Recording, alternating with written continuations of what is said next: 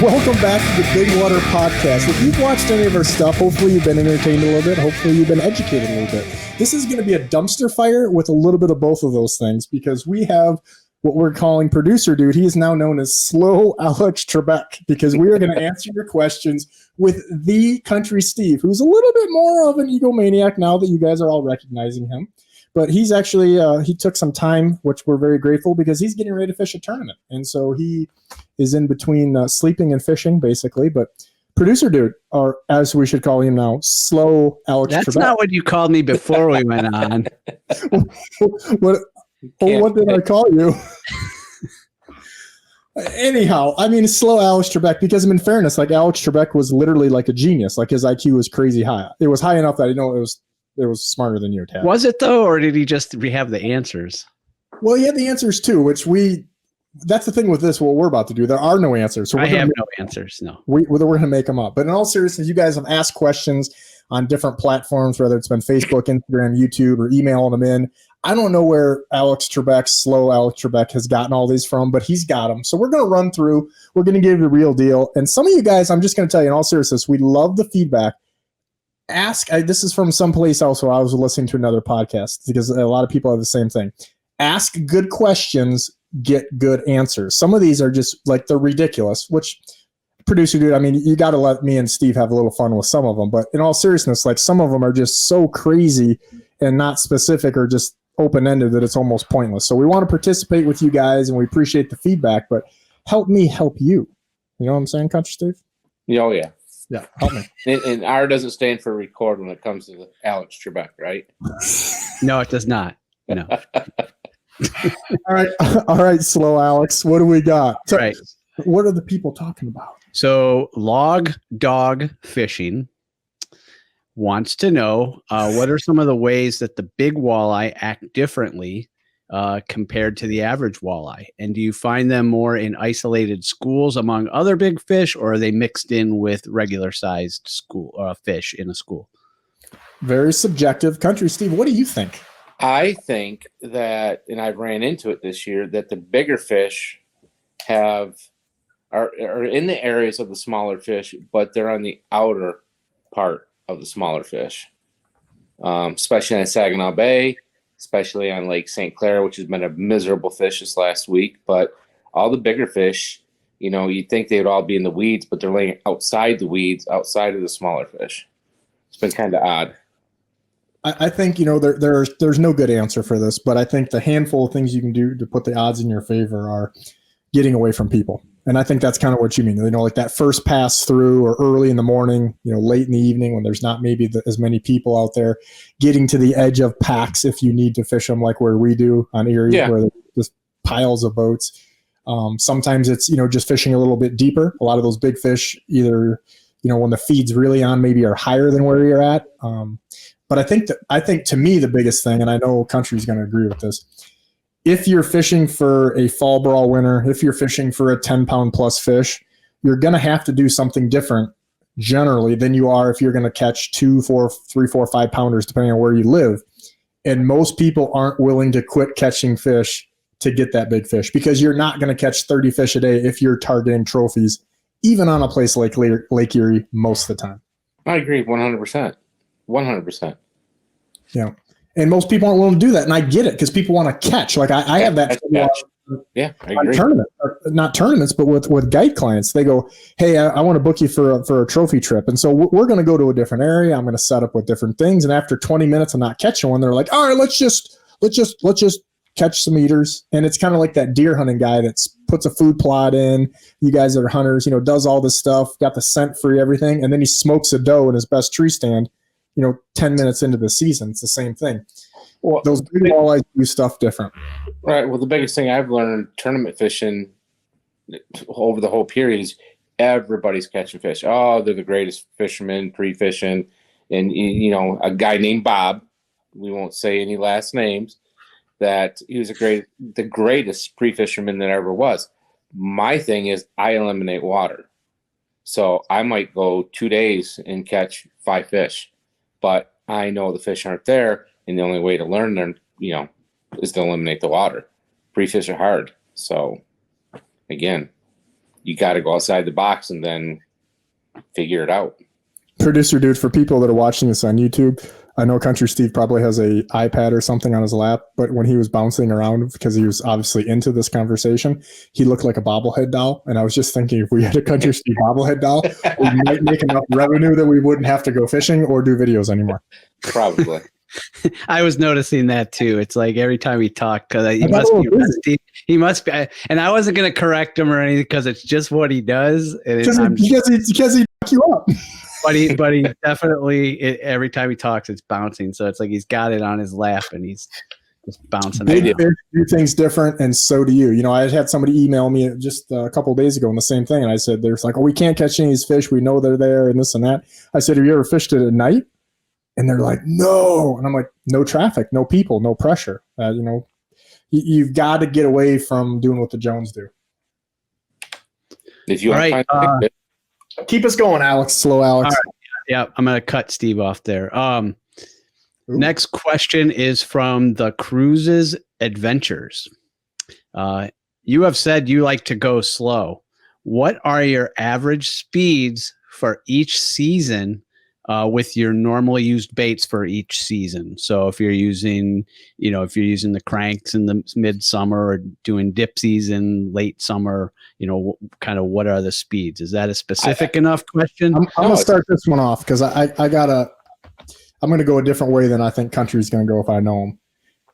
The thing that you have to realize if you're fishing in a river, a reservoir, and the Great Lakes is current is there, whether you want to understand it or not. So when you're going 1.5, that doesn't mean your lure is going 1.5. Or if you're going east to west and then you go west to east or whatever it is, the opposite direction, your lure is not doing the same thing.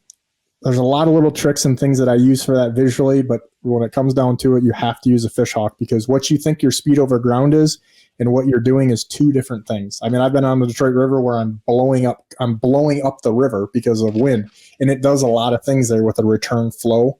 You guys that have seen marinas basically empty out, and then the current on the bottom is going the opposite way. I think it's called a sight, is how I pronounce that properly. So that's kind of a detailed answer to this. I know you want a simple answer, but if I was to give you a number like 1.2, just understand that 1.2 going east and west is not the same. But generally, you just need to go because of that current. Also, what's going to turn your blades with a spinner? On a crankbait, what's going to wobble? So on the left and the right side of the boat, that may be different. And I've caught fish in the summertime going 1 mile an hour in almost 80-degree water. And then me and Country, we filmed the show way back where we were in the wintertime. It was like January. We were going like 2 miles an hour, like hauling ass, in water that was like 34 degrees. And we only knew that because we did a hard turn to avoid something in the water or whatever it was. I think it was a pollock and there was that giant telephone pole. That's exactly what it was. I wouldn't have pulled that out. That's exactly what it was. And we made a hard turn, and so we did it again, and it was one of those things where, those lazy S patterns or checking your speed. I know a lot of you guys want these textbook answers of, in the spring I do 1.2, in the summer I do this.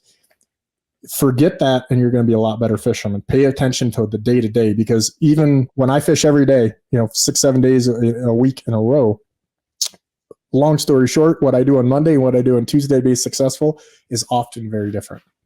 I would say, rule of thumb, spring, fall, go a little slower, summer, a little faster, but you have to present it in the speed that they want to eat at that particular time. So you're going to have to adjust your speeds, and when you start catching more fish at whatever speed that is, that's the speed you want to go.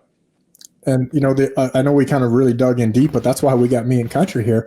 An ideal speed, certain baits work at better. Like generally speaking, I think, not that you can't catch them going fast, a husky jerk catches more fish going slower by the neutral buoyancy that bait has. Agree. Or other baits, a hot and tot or wiggle work.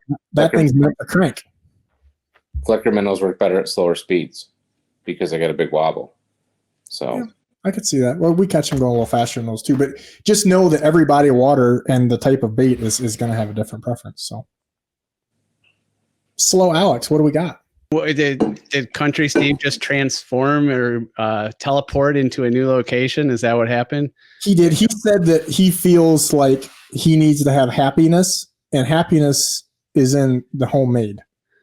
Yeah, because my wife makes homemade stuff. Happiness is homemade.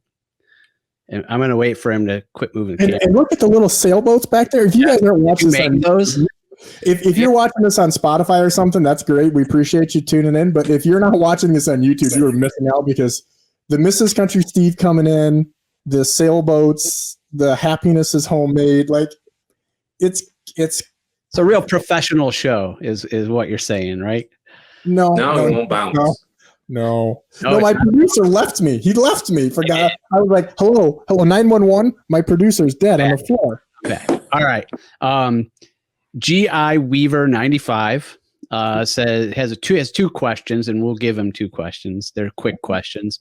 I guess talking to Ross, will you ever compete in local Lake Erie tournaments again? Well, the guy sitting right next to me over here has been dragging me, beating me, throwing me over. Yes. I love competition, and I definitely. Yes. I probably will, but it's going to have to be a while, because just the state of the things going on in my business and time and everything. But I think. Does the fall brawl count? No, because I don't think that counts. No. So yeah, I mean, eventually. I mean, country. I mean, you already know you're going to drag me in. You try every day. Yeah, like we're doing the roster next year.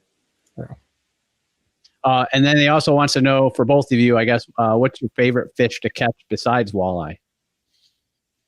I think people are going to be surprised with Country's answer.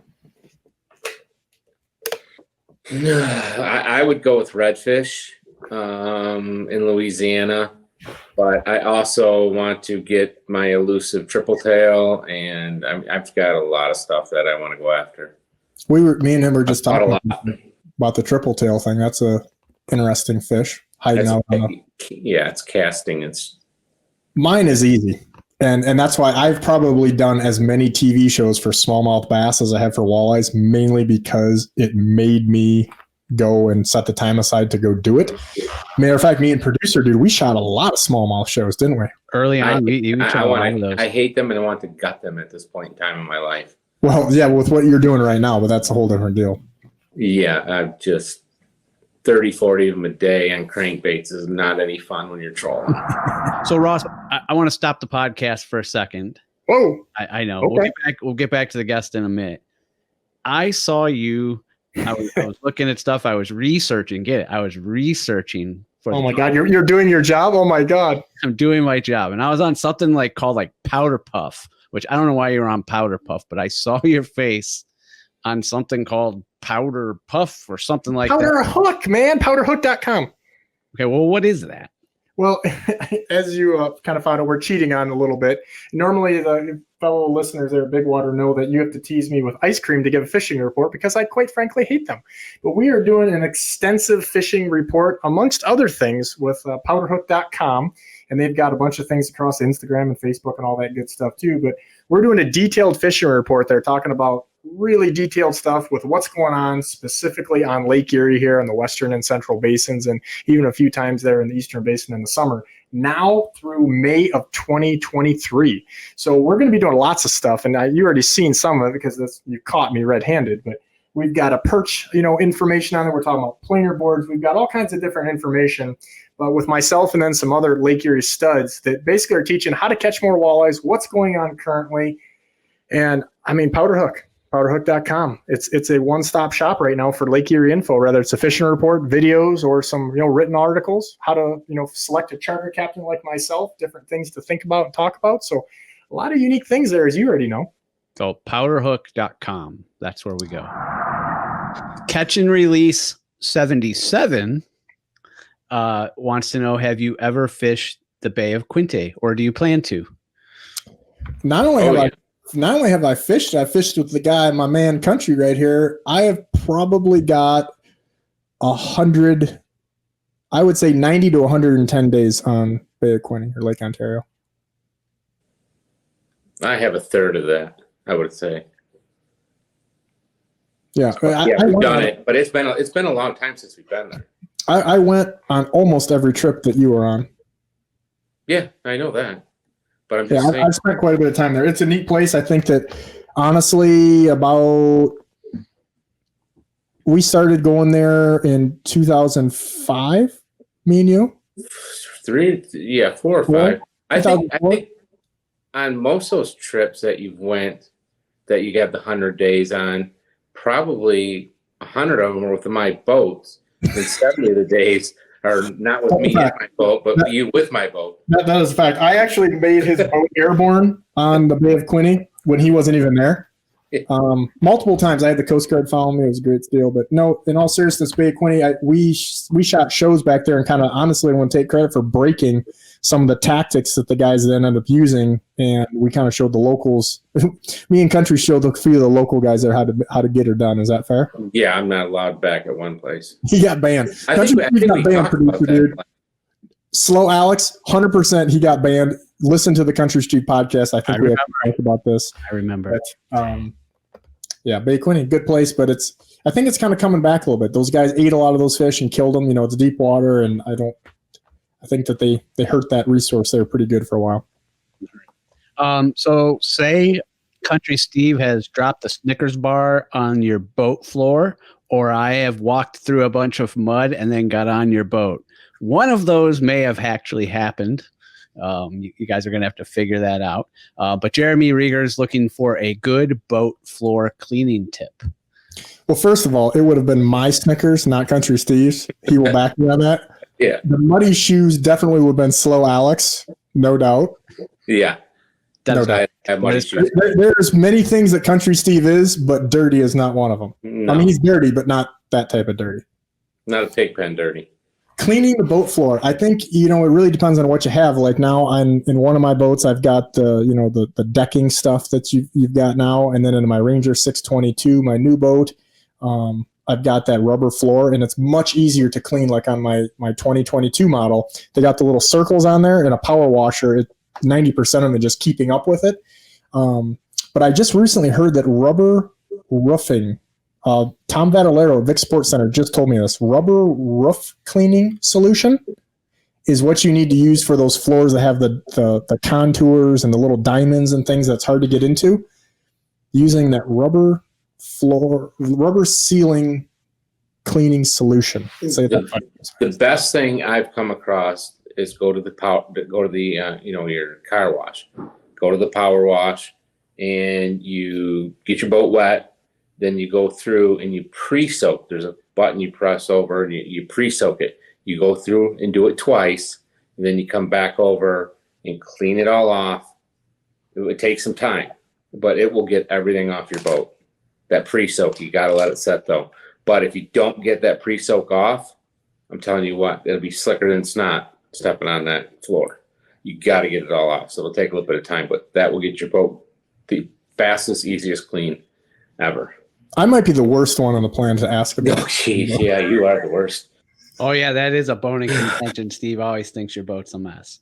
Well, it's funny because I was at Vic Sports Center the other day getting some routine service on my motors done. Yeah, and they probably needed to get a shot before they got in your boat. No, Tommy was like, he was like, what happened? He couldn't even believe. I said, well, honestly, we just haven't been pulling crawlers as much as really what it is. You pull crawlers 7 days a week. I don't care who you are. If you're doing it every day, you show me a clean boat. I'll show you somebody that hasn't caught fish. Well, you know me. My boat's always clean. Yeah, but you're not going every day for like weeks on end. Not to what you do, but when the last thing you're thinking about doing when you got to come home and do one of these. Yeah. Anyhow, Slow Alex, bring it home. What do we got? Show me more drinks. So that's one of those names that you love. Sounds like a party. Wants to know if you're looking for more rent-a-friends. And I believe we talked about this in the boat during a video with Country Steve, I believe. Rent-a-friend? So that's what he's referring to. That's kind of a loaded question. What kind of friends are we talking about? This is all you. I'm enjoying hearing this myself. Strippers and blow kind of rent-a-friends or what? Oh, boy. There we go. There we go. Rent-a-friends. Heck yeah. I mean, there's times I'm sure that producer dude and Country want to get rid of me. I guarantee that. Yeah, just about every time I'm out there. But then I wouldn't be able to get the boat back, so I need someone. Exactly. No. Yeah, 1, and 2, we 3, 4 starts really hard to remember. yeah. Well, guys like me have to change that code because we just in case it's security. Philip Coman wants to know how do you use tadpole drivers? Do you use them with not drivers, divers? Do you use them with planer boards? I don't use them. Never put them in the water. I use them on all the time on Saginaw Bay. Yes, I use them on planer boards. It's just an alternative for like a bead chain or a snap weight, essentially, guys. Yeah, but they work really good on certain. I mean, I don't use them that much on Lake Erie. I've tried, but they just don't. The fish don't react to them. On Saginaw Bay, they love them to death. I don't know what it is. And you can, dial it in, dragging them and pull them a little bit faster and stuff like that. So I carry, I don't know, I got maybe a dozen in my boat and they've never come out of the box. And I only carry them just because if you tell me or somebody else, that we work with has them and they're like 42 back on a size 1 or however I don't even know what the sizes are. I'd have to send 1, 2, and 3. Yeah. So I've never even put one in the water. But yeah, I use them all the time on Saginaw Bay. Love them. There you go. All right. MX Warren, this is going to be a good question for you guys. He's being a little snotty. He says, how do you You've seen snarky, son. Yeah. How do you put up with the monotony of catching walleye? I've done 2 trips in a row and I can't handle the thought of reeling in another wet sock. Well, since you said 2 trips in a row, we'll try doing 100 in a row and you'll find out that you can't catch them all the time because walleyes are a bitch. Yes, they are. When you think it's insane, like producer, you'll even agree to this. When we're catching, and I'm like, go, and you're like, hold on, and then all of a sudden they're just done, and they quit biting or they move, and you're trying to find We've done 2-hour shoots. Try putting $1,000 of your own money on a line in a week out there fishing, and then tell me about it. Yeah, you're on a trip, and you've already paid the guy to find the fish. He puts you on the fish, and you're complaining about reeling them in. I mean, seriously, don't go. It's that easy. Well, I think half the battles with walleyes is figuring them out, right? And, right, 100%. And they make great table fare, and I like figuring it out. And I can just tell you, like producer did even back me on this. We did a shoot in, I want to say end of June, early July. Where do you remember this producer? Where we were like, I mean, they weren't giant fish, they weren't small fish, but I mean, it was like it took me forever to get them in because they were fighting hard.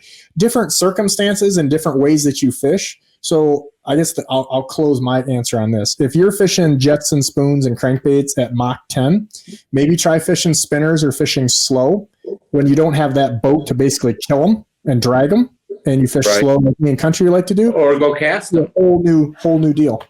Go cast for them. Go cast. Go jig them. Go open water cast for them and tell me how much fun that is. Boom. If you can figure that out. Oh, snarky Steve. Boom. Oh, snarky Steve. I like to see people do it. I know. When it is kind of a touchy thing because when people go, oh, Lake Easy, and I'm like, well, you know what? You don't go out when you got a front. You don't go out when the water's muddy. You only pick when it's easy. Tell me how easy it is. Yeah. Okay. So kind of along with reeling in fish, Aiden Gatto wants to know, why does Country Steve lose so many fish? You know what? Here's the deal. When I listen to some of these questions, I go, do you guys ever even watch any of our stuff? Because he clearly does. He clearly watches. So like, I want to give this guy, some love somehow, because half these times you're like, hey, do you have videos on dipsy divers? Like, yeah, we got like 6 of them. We'll watch them. But why Country Steve loses so many fish? It just happens. It's like real sock comes off. I mean, it's just. I've only been mad 2 times.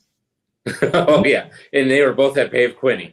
No. One was when, and producer, don't say where we were at. Well, we were doing a spring shoot, and I remember.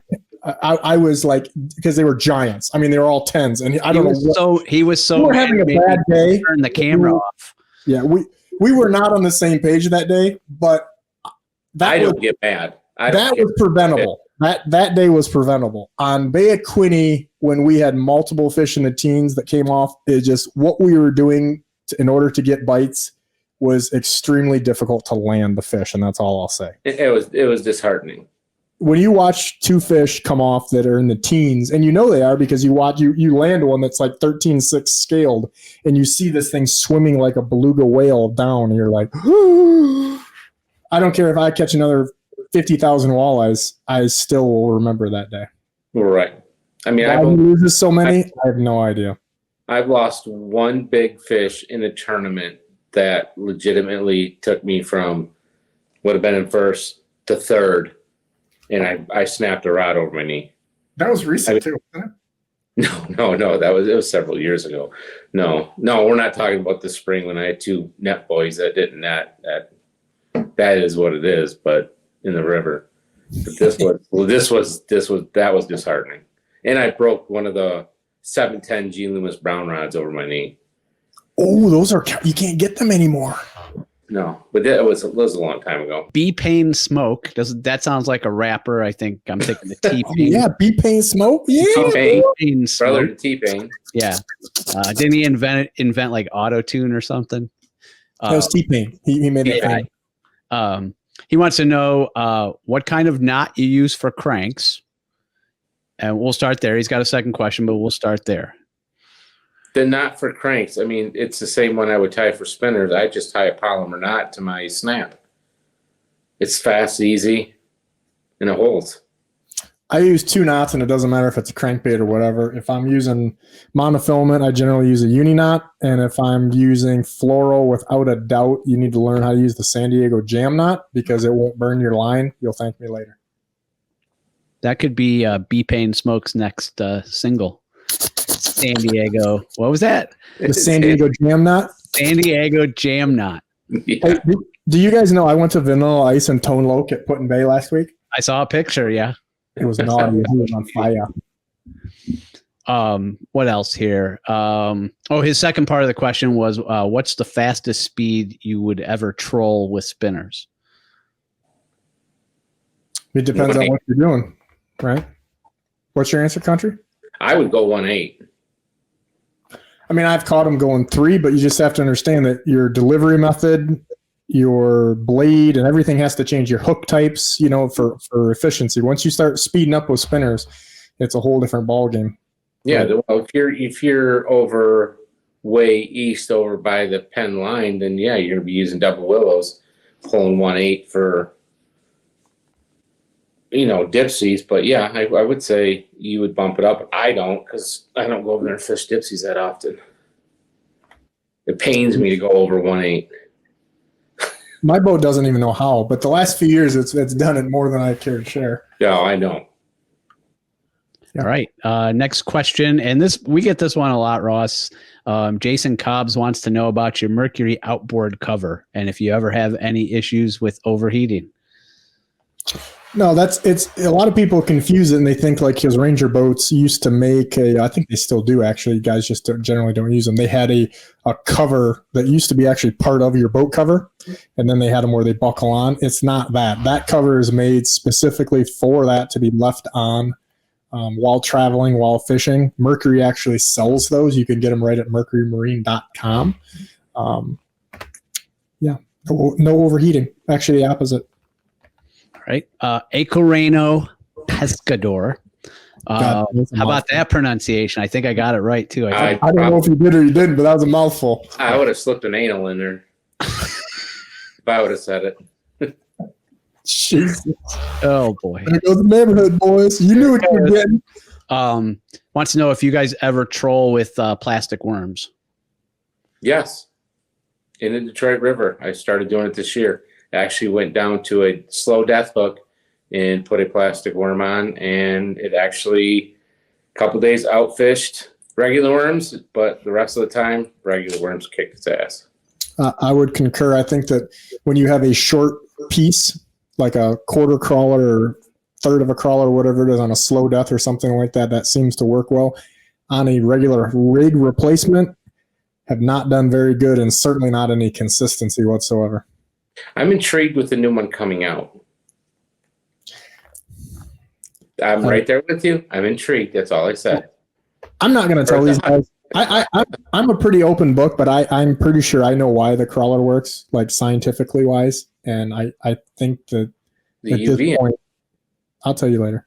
But I don't think that I'm not going to tell everybody everything. You're always full of. See. I like Steve. Steve's an open book. You're always very secretive with all this stuff. Steve, We'll talk circles around this. Quit being a slow Alex. Quit being. We're going to replace you with Drew Carey.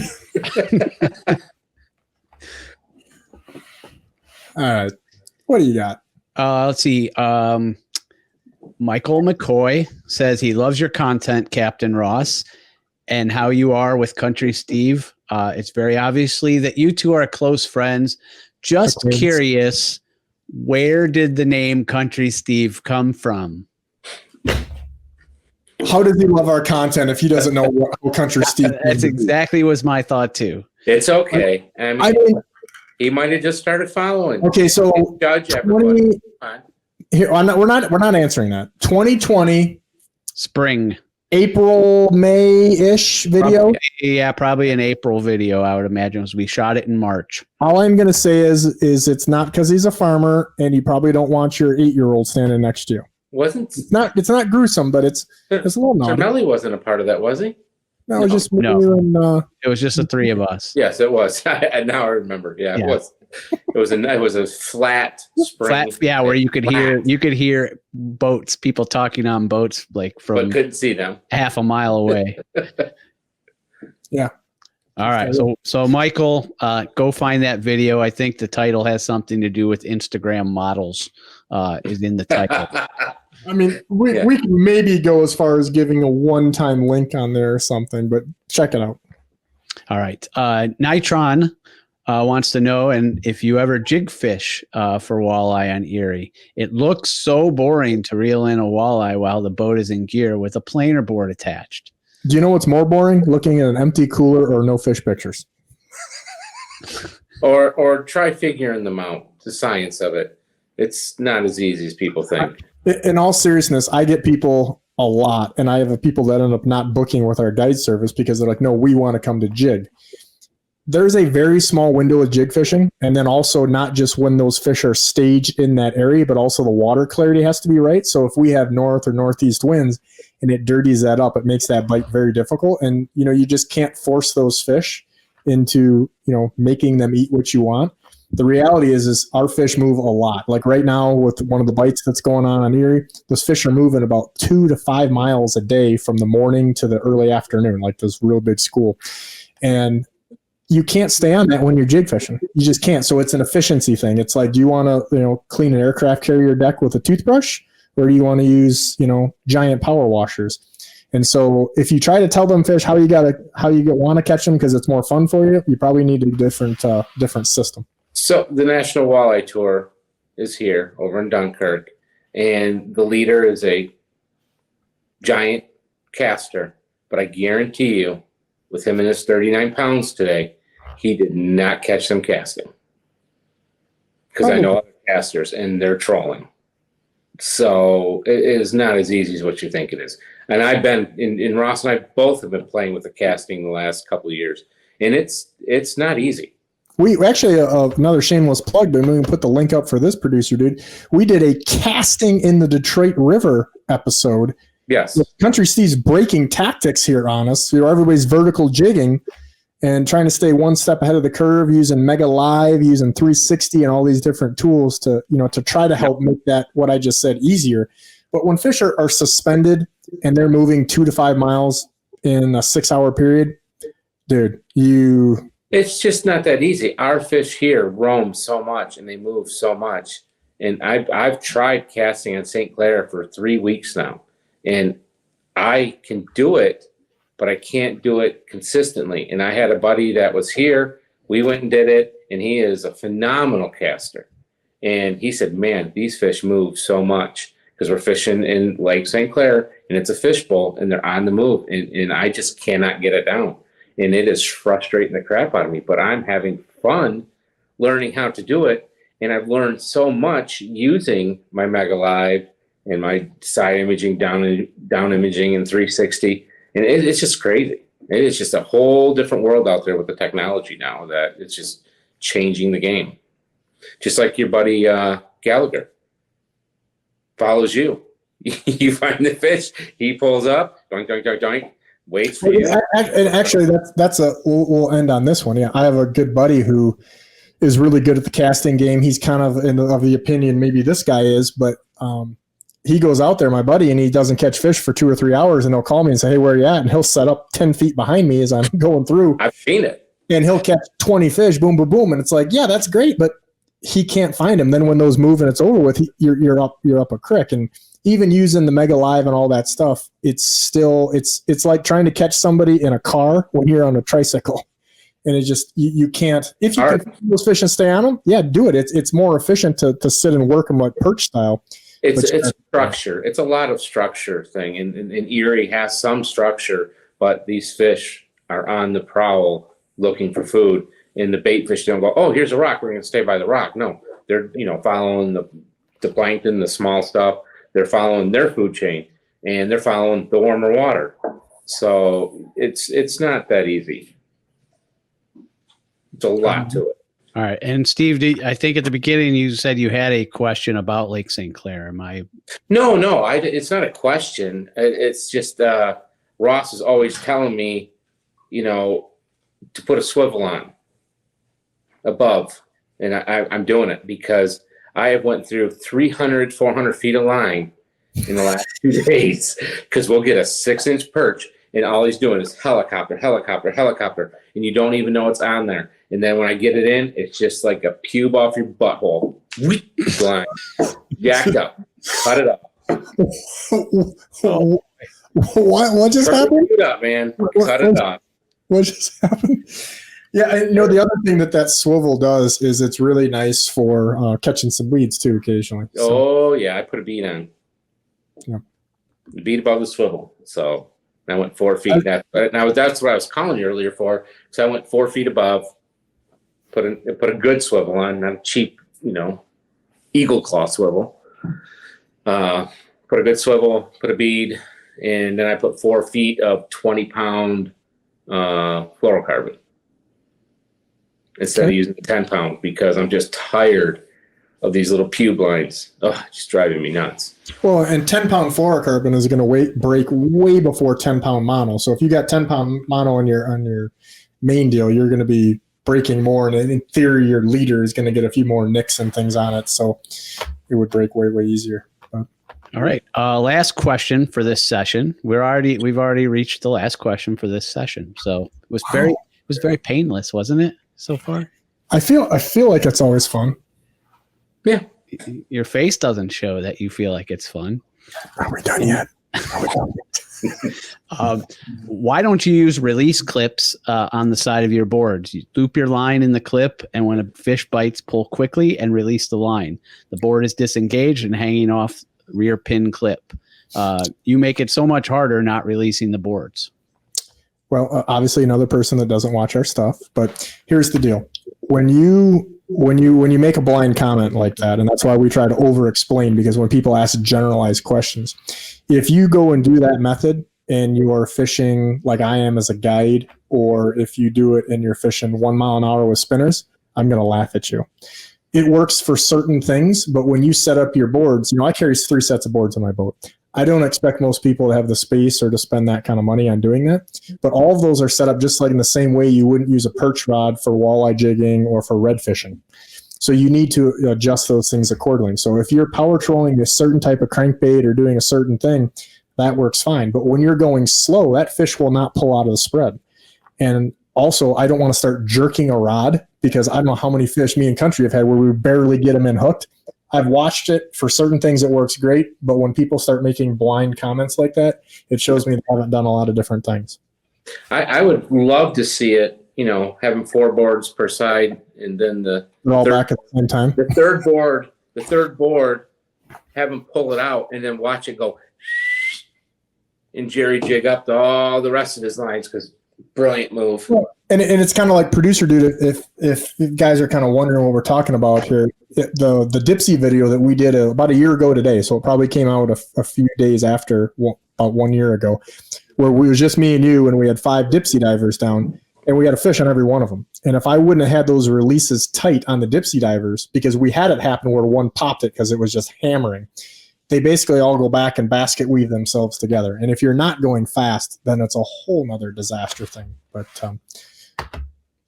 yeah, it's to keep your stuff in line, so you're able to clear other boards. Because if you're fighting 2 fish on the other side, and then that pops off on the other side, and then that third board comes in, and it's going to just mangle with the board on the inside. That's why you don't want to do that. different strokes, different folks. It'll work, All right. it'll work for certain situations, but if you're using that for everything, you're going to have some troubles, boy. All right. Anything else you guys want to say to each other before we go? Bye. Your Honor, is my time done with Mr. Country? Am I out of? It is. Oh my God! You know what? It is fun though, because I'll be honest with you. We get some people, producer dude, back me on this, and people that I know that are pretty fun, and we've had to work Country into this a little bit. They get on the podcast, and guys that are just blah blah blah chattering before we start or afterwards, and when we get them on here, they're just like, And Country used to be like, if you watch the Country Steve podcast, we had to work him into that. Like, yeah, now, I've gotten better at it. It's not as easy as you think it is. Oh no! And it's not as fun. It's work. Did he get better? Did he, Ross? Wow! I'm just asking your opinion. That's all. I have no either way. I'm asking you. When you started talking about a pimple on a butt with some kind of pubic hair or something, I was like, Country's back, Shady's back. Yeah, we got it. We're good. Yeah, well, I'm just tired of the helicopter fish. But here's the deal. You guys can't. It's like all the time, like, oh, dude, you can't handle. Remember, what was Jack Nicholas? You can't handle the truth. Like, if Country Steve goes past level 5, y'all gonna cry. So be careful what you wish for. Somebody will. Yeah.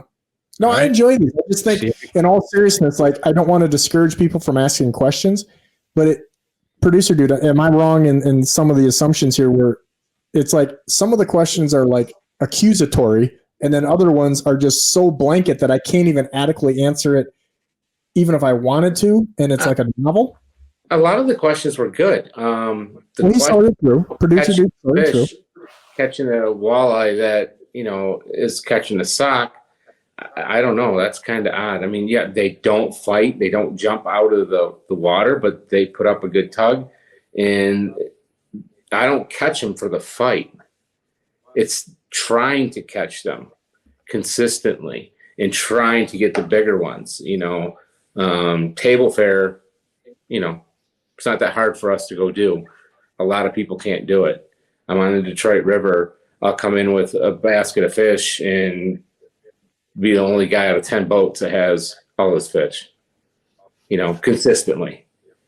And people are, what are you doing? How are you doing it? And I'll sit there and explain to them. I'll tell them what to do. I'll tell them what we're doing. Depends on the day. Depends on the day, Country. You know that. Huh?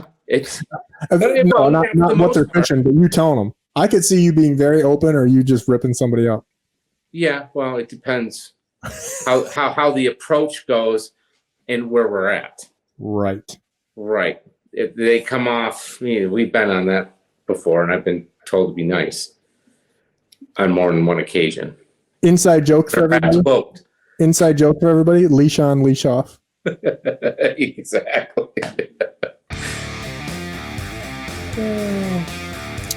Well, I think we're gonna do these again, aren't we, producer dude? I mean, do you like being slow, Alex? Yeah, we do. We have more questions.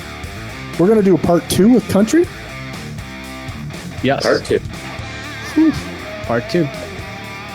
Look for it.